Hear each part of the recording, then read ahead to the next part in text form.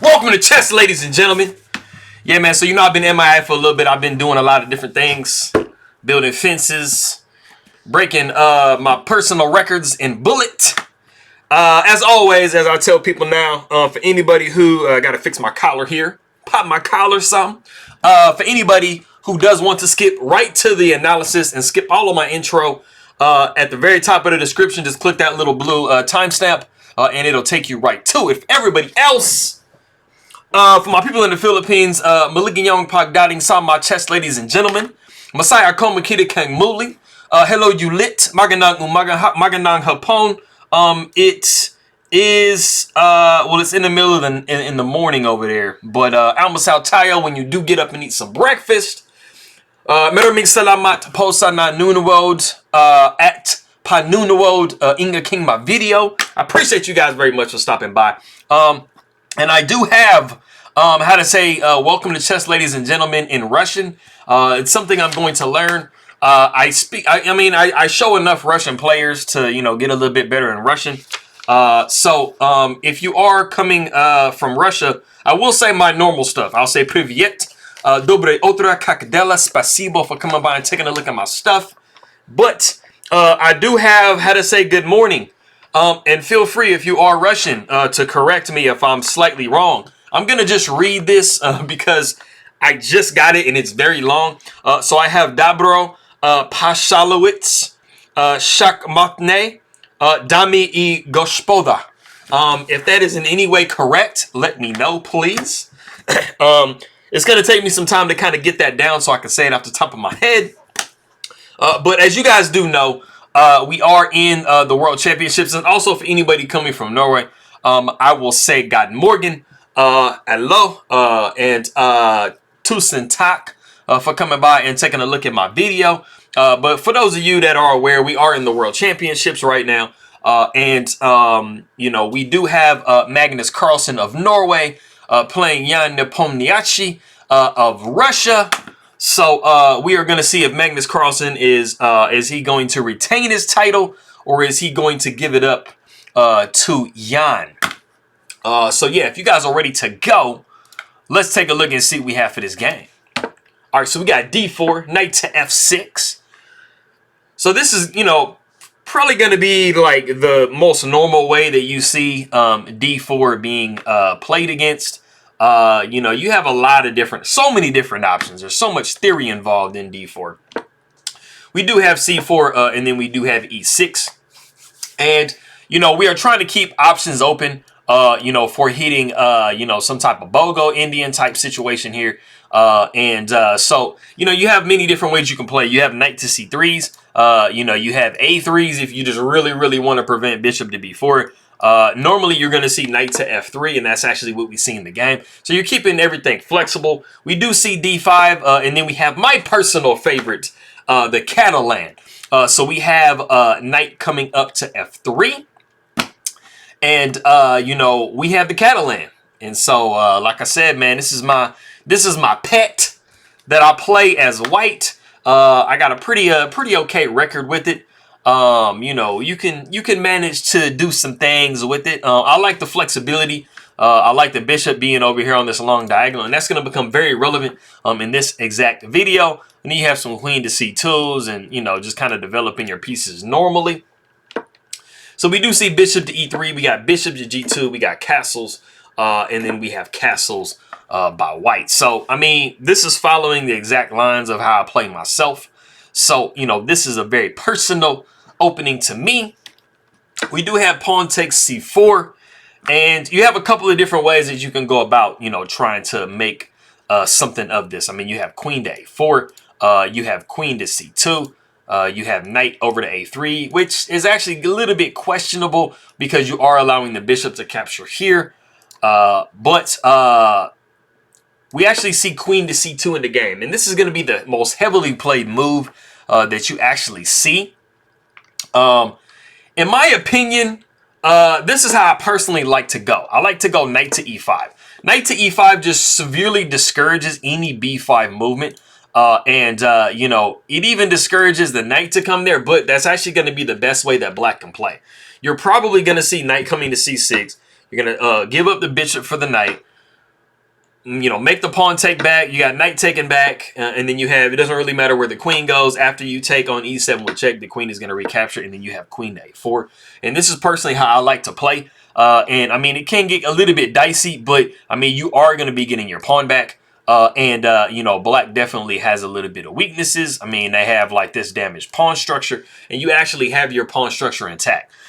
So, but like I said, queen to c2, and this is going to be, I think it's like 33.5% win percentage for white with this move, as opposed to 33.4 for knight to e5. But I think that knight to e5 is best. But I mean, we do have b4 or b5, and I mean, you have to be a little bit careful because this does fully activate this bishop on this diagonal, and that is like literally what your whole goal is as white, is to activate and just have this bishop be very, very strong on this diagonal. So the knight does come to e5, e5 now, and then we have c6.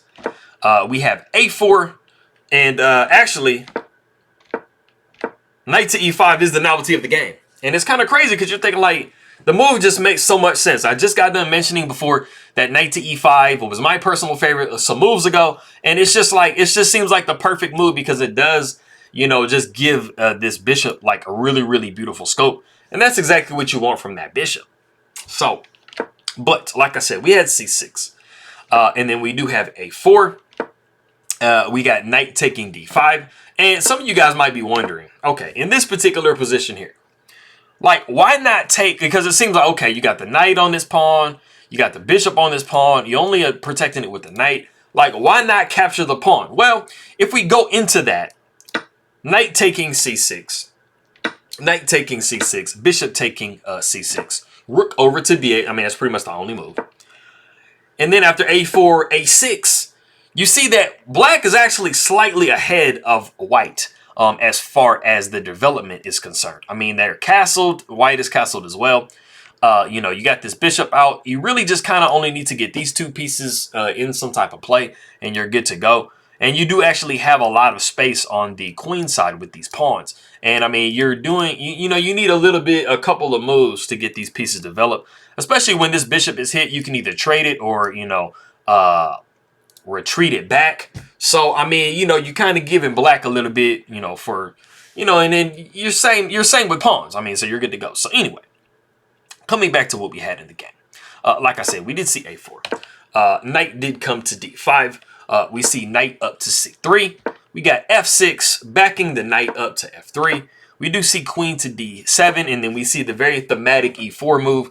In almost all of the different like Slav or semi-Slav you know, Catalan type of situations, if you are able to, you are going to see e4. It's just the most perfect move to play. So we actually see knight over to b4, and this does gain the tempo on the queen. So the queen sidesteps over to e2. We see knight down to d3. And this knight on d3 is actually going to be very annoying for the entirety of the game. It is not like the strongest situation ever. If you had a pawn right here, this would be insane because it would just be completely cemented. But, I mean, it is a definite thorn in white's side. So we do see e5 trying to, you know, continually open up the bishop on g2. We do see bishop to b7 protecting the pawn. We got pawn taking f6, bishop taking f6. We got knight up to e4. We see knight to a6, knight up to e5. And this is actually a part in the game that gives black a little bit of opportunity. And so we see bishop takes e5, pawn takes e5. And like I said before, I mean, this knight is just beautiful. And then we actually have knight a to c5. And, I mean, you can try to trade here. But, I mean, you have these pawns that are kind of in your face here. And then you have the ability to play a6. Black has the ability, after they play c6, I was telling you guys a long time ago that, you know, when you can try to place this pawn here with this type of setup and have this bishop right here, you pretty much have won a pawn, or you are just in a very dominant position. So the knight comes up to d6. You know, it's saying, hey, if you're going to put your knight on d3, I'm going to put my knight on d6. And you see that for the rest of this game, these two knights actually become very, very annoying to the opposing player. But we do see knight to b3. And, I mean, you have double bishops as white. But I mean, what does it really matter? Because you are basically going to be capturing this bishop or capturing this rook. And so, I mean, you're going to have to give up the exchange and give up both bishops too. So the rook comes to b1. We see knight b taking c1. We see rook taking c1, knight taking c1, and then rook taking c1. And as you can see, I mean, the pieces are equal. Black is up a pawn at the moment. But, I mean, you know, everything is just really in Black's favor in this position. So it's really Black's game to lose. So we see rook a to b8. We got rook over to d1. The only thing that's unfortunate about this situation is there are no great discoveries. I mean, you know, you can't really move this knight anywhere with like a really thunder discovery because pretty much everywhere that you want to try to move it to is in Black's side of the board. And there isn't any type of checks or anything that you can place. The bishop steps back to a8. But in this position, we actually had the ability just to simply take the pawn here. Did I not do and guess the move? I didn't do that. So I guess I'll try to see if I can get a guess the move, but I don't know. Okay, so we do see, you know, we would see pawn taking a4, and this is basically just giving, you know, Black a bunch of pawns. And so this is definitely the way to play. And you definitely don't want to do something like knight takes c4 immediately because the queen would actually be stepping over to f7, and you have an immense amount of pressure on this pawn. So the knight would probably come back to d6, and then the bishop down to a6 would actually be really beautiful because you are trying to deflect the queen away from this pawn. And then the rook is going to be entering into the game, and I mean, that's just really not where you want to be. Backing up here, like I said, we did see bishop back to a8. So, I mean, Black is definitely still, you know, in a dominant position. We see bishop to e4. We see c3. Queen comes over to c2. We got g6 because, you know, of course, we were trying to, like, you know, be sneaky and place a little bit of an attack on that h7 pawn. The pawn takes c3. Pawn takes a4. And you don't necessarily want to take with this pawn here because the problem is you have these pawns over here that are going to be passed. So it is actually preferable to take with the queen and just maintain this pawn so that it can try to stop these two pawns here. But we do see pawn taking, and then the pawn takes on a4 and queen taking a4. So you have a slight problem with this passed pawn, but you know, you have the ability probably to corral it. So the rook does a slide over rook f to d8. We see rook to a1. We got c5 encouraging a trade of the queens, which is what Black wants to do in this position, being up the exchange. Trades will benefit Black. So White sidesteps that by moving queen to c4. Now, you might be wondering, okay, like, why don't I take here? Now, something I tell you guys all the time is, you know, you have to be very, very careful when you're grabbing pawns because sometimes you're giving your opponent just a little bit too much. So if we go into what it would look like if we captured this pawn on a7, it does seem like you're gaining a pawn. But if the queen does take on a7, you're going to see queen taking a7, rook taking a7, and then you're actually going to see a really, really nice tactical shot with rook takes d6. And you are trying to win an entire piece here. If the bishop takes on a8, you actually can, you know, save your rook by going rook to d2. And like I said, this trade is going to be beneficial for Black because Black is up the exchange. I mean, they're down a pawn, but I mean, they have both of these rooks. And it is just very, very dangerous for White. So going back to what we had, like I said, we had queen to c2. The bishop took on e4, knight took on e4, and then you have to be very careful because this knight is pretty dangerous on f6. So we see the king sidestepping over to h8. We see the knight back to d6 because this is like the glory square. Like you have to kind of maintain, you know, this knight to d6 because you're down the exchange. So you have to try to get something. So the rook comes down to b6. We see queen taking c5, a rook d to b8. We see the king stepping up to g2. We do not want to trade our last rook off because that is our like main strong piece. So we do see a6. We see king up to h3. Rook over to c6. We see queen down to d4. The king sidesteps back over to g8. We see c4. So we're desperately as White trying to hold kind of everything together. You know, we're trying to hold these pawns in position. We're trying to like make sure we don't trade our rook. We're trying to keep our king safe. and everything is going okay so far. So the queen steps over to c7. We see queen over to g4, tickling this pawn over here. The rook takes on d6. Pawn takes d6, queen takes d6, and then we are trying to deflect the queen away with c5.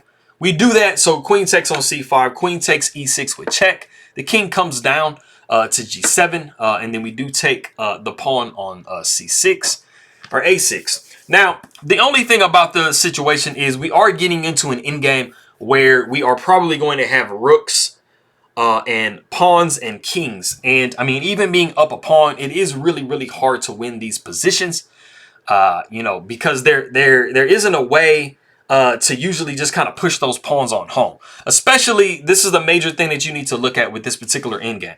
You have all of your pawns on one side of the board. Now, when you have king and pawn types of endgames, it becomes increasingly harder if the pawns are on opposite sides of the board. But when you have managed to clear all the pawns off of one side of the board and you have all of the pawns on just one side, it becomes a lot easier for a piece and a king to make sure that we keep, you know, that extra pawn's worth of an advantage at bay. So you are going to see this in this game. So the rook comes over to f8. We are putting an immense amount of pressure on this pawn over here. We see f4, and then we go into a trade. Queen to f5 with check. Forces the queen. It doesn't really force the queen, but it is going to force the trade. Queen takes f5. Rook takes f5. We do see rook up to a7 with check. The king comes up to g8. The king comes to g4, rook sidesteps over to b5. And like I tell you guys all the time, a rook over to b5, we are trying to give as much checking distance as possible, and that is going to become relevant later on. The rook comes over to e7. We see rook to a5, just giving more distance for the rook to be checking.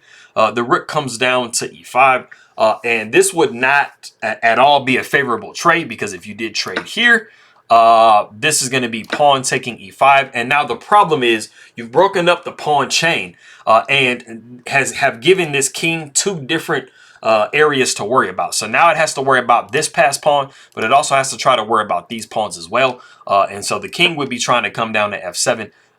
You know, there really isn't much else that you can do. I mean, you can try to push h6, but I mean, you're going to be having extra moves for, you know, white to be, you know, kind of just blowing. So we actually see rook up to a7. We see h4. King comes down to g7. We see h5. King comes down to h6. We see the king sidestepping over to h4. We see the rook coming back down to a1. And like I said, I mean, you know, you always think about putting the rook on the 7th, right? But when you get into those endgames, like I said, you always want to try to have checking distance. So that is why we see rook to a1 instead of rook to a2. Because if we did see rook to a2, you would be able to just make further progress with your pawns. And then after you would see something like this, you would see the king coming back. And as you can see, I mean, you know, you have just a slightly more favorable position than you would if the rook is all the way down here, because you have another check that you can put in. So, like I said, the rook did come to a7. And then after all of this, we did see the rook come all the way down to a1. We have g4. The rook comes and checks on h1. The king goes to g3.